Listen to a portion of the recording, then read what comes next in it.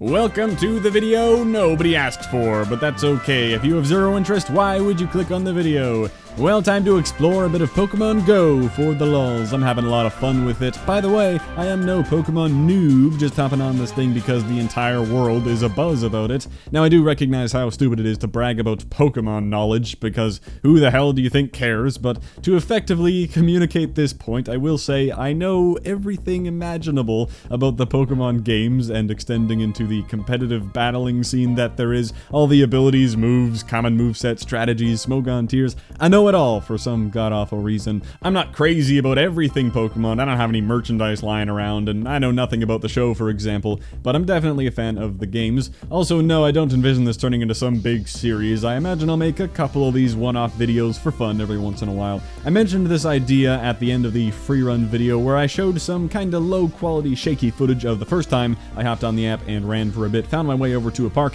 Well, I came back with a better camera, even though it is still shaky because it's hard to record good steady video with one hand, pay attention to the game with the other, all while navigating real life without making a complete jackass of myself.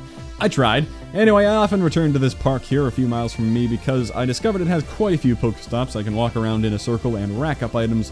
That said, there aren't that many places where Pokemon tend to spawn. I've definitely noticed that they appear in the exact same places again and again. Those little puffs of leaves on the map seem to indicate like a Pokemon spawn location or something. That's where they tend to be found over and over again. And there just aren't many of those in this park. I've seen way more pop up when I go over to like a busy street, which is not a very enjoyable place to walk around with all the people and noise and smell. Much nicer to be here with nature, where this chill heron dude is always hanging out. On 2 separate days that bird has been there. You know, there is no heron Pokemon. I can't think of one. There are ducks, pigeons, a seagull, a pelican. Swanna is obviously a swan, but that might be the closest thing anyway. Well, maybe we'll see a heron dude later. This video is from a while ago. I was still working my way to level 5, going by a bunch of stops, and there's another egg. Because of how many there are here, I'm always pinned at 9 out of 9 eggs. I just can't hatch them fast enough. That sounds like a real non-problem, like a real humble brag. Oh, I just have too many eggs. I don't know what to do with them all. But it does annoy me. The hatching process isn't the smoothest, at least for me. If it was just a matter of running the 2 or 5 or 10 kilometers that it says you need to travel, I would enjoy that. That would be addicting. It would get my fat ass to run around a lot, but for the moment at least, because this is maybe linked to the server issues, the game seems to be bad at counting the distance. It gets stuck on like 1.9 or even 2.0 out of 2.0 kilometers for a really long time, and I am walking, by the way, not driving around slowly trying to cheat the system. My theory is that whenever that white Pokeball loading symbol thing is spinning around up there, it isn't counting the steps during that. There has to be something like that, because I'm walking, it's showing me walking on the app, but the eggs take absolutely forever. I was on the hunt for the elusive Jigglypuff here, when suddenly, a roadblock. I could go no further. Ha! Well, no sign is going to stop this Pokemon Master. Fuck, it ran away. I was going to go that way, but it looks like I'd run into that trainer. Appears to be the fisherman class, and I'm in no mood to fight 4 Magikarps right now. Found a Caterpie here, though. Yeah, this park is pretty bad for Pokemon spawns. Next time I make a video about this, whenever that may be, I'll go on a grand adventure somewhere else. I also want to make future videos less recappy and more in the moment. Don't know how to figure that out though.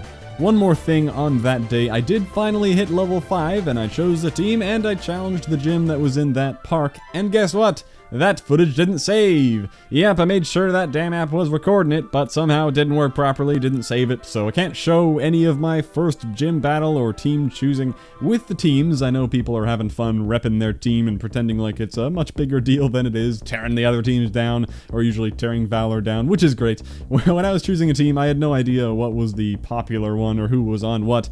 None of the descriptions really struck a chord with me. I was going to pick Mystic, but then the Articuno silhouette popped up and I was like, oh, they're tied to the birds.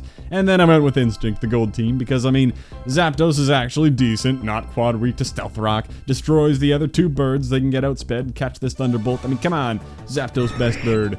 making people mad, I'm sure. I love doing that. Well, after that, I fought my first gym there. It was a Valor-owned gym. There was a Bellsprout and a Pidgeotto. I didn't really know what I was doing. I knew that you spam tap to attack and you charge up your special attack, and you can also try to dodge attacks, even though that never seems to help. I didn't even know how to use the special attack by holding down, and I also didn't really know when I was picking my team how valuable CP was compared to other factors like typing. So I brought my CP15 Rhyhorn along for that Pidgeotto, thinking, yeah, it'll be great, type advantage both ways. Nope, turns out that thing has goddamn Steel Wing as a basic attack, and CP15 is trash, so bye-bye Rhyhorn. I call nonsense on that. Steel Wing's a TM move, makes no sense. Whatever, I did win that battle, but I didn't win a second time or something. I didn't know I had to, and because of that I didn't kick them out of the gym, and at the time I had no healing items. I didn't know if there was an alternative way to heal mons, like if they recover over time. So that was it for the day. Went back and learned all of that later. I came back to the park, of course, the very next day. Now, because of that mishap with losing the footage and a bunch of other times it also crashed, I got a different app, rated very highly. Everyone said, it's great, doesn't have any watermarks or overlays, so I trusted that this recording overlay wouldn't be in the video, but nope, there it is. I have this fixed for future videos, but guess who was an asshole and didn't take some test recordings before recording for 2 days? Me. Can we just cover that up? That's better. Not really. Well, guess who's back? The Heron Dude. Yep, I went around and collected more stuff now that I could get more than just Pokeballs from Pokestops. It's much more worthwhile. I have to keep throwing out hundreds of Pokeballs as soon as I found out the bag had a limit. I saw that you can pay to expand the bag and the Pokemon carrying limit, and permanent stuff is much more tempting than buying incense and whatever other consumable stuff. I wouldn't spend real money on it, but I do have like 18 Google Play credit dollars from that Google Opinion Rewards app thing. It's kind of like the things where you do surveys for money, except it isn't complete bullshit. No installing apps that don't credit you with anything, no 20-minute waste of time survey things. It's just the occasional 4-question thing they send you and you get some Google Play money. I'm not affiliated with that app in any way, in case it wasn't obvious.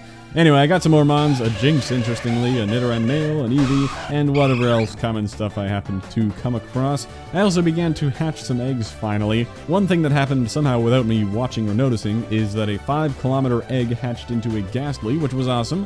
Too bad I never got to watch it. This egg, yay, a Zubat, and then egg number 2 was a Caterpie. They were only 2-kilometer eggs though, so I would expect them to be lower tier. I was hatching them first to make room for more eggs, but I now realize that I'll always be pinned at 9 if I'm walking around in that park, so I may as well hatch the cooler ones and see some interesting stuff.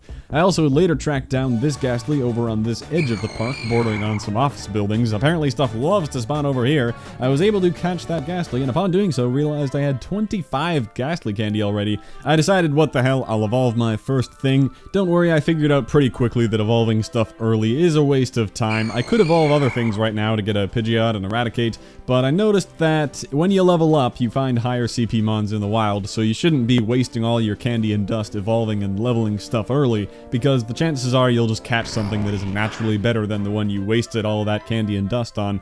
Oh well, it's fun to evolve something. Haunter is a badass. For pretty much everything, I'll be saving the candy and dust until I reach a critical point of it being really hard to level up, and then I'll start working on improving the best of what I have to make a good core team and put stuff into gyms. Speaking of gyms, I saw this animation on a gym for the first time, which I assume means somebody is fighting it, and if you look over there, yeah, I would say low-key that dude is totally fighting the gym. It's funny to see people playing this thing, even when the game isn't released in Canada yet. It is everywhere, as much as it seems to be everywhere else. I've seen images like this one get shared around, which makes me really feel like I'm playing the game wrong, really wasting my time walking around alone in a park. I gotta go somewhere busy.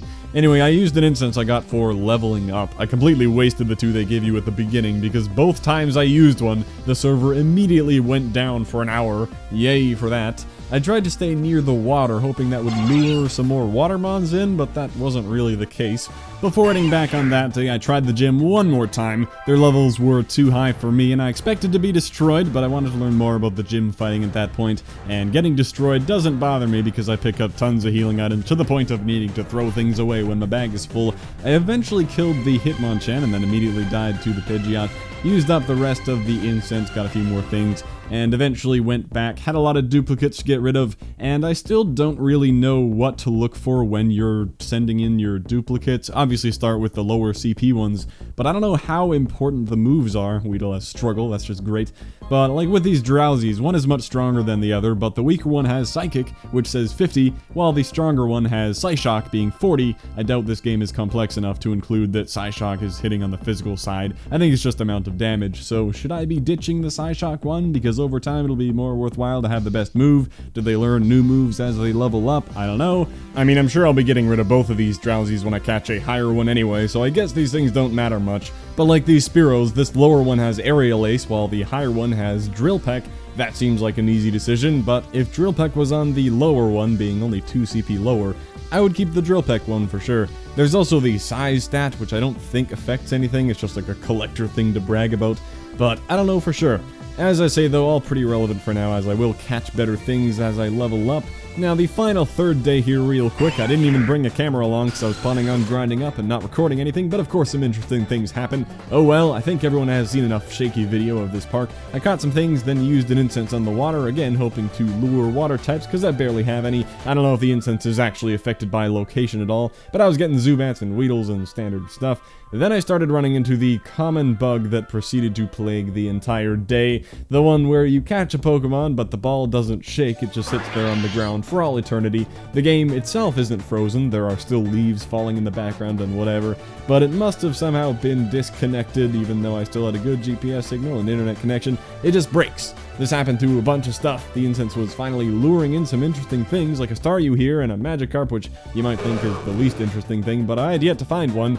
And a Kakuna, and you know, it goes on. I also found a place where someone put down one of those lure things at the end of the pier here, hung out there for a bit. It seemed like everything I caught, though, was freezing and making me restart the game. I later found out that about half the things I was catching was actually being saved. I got that Staryu, for example, thank God.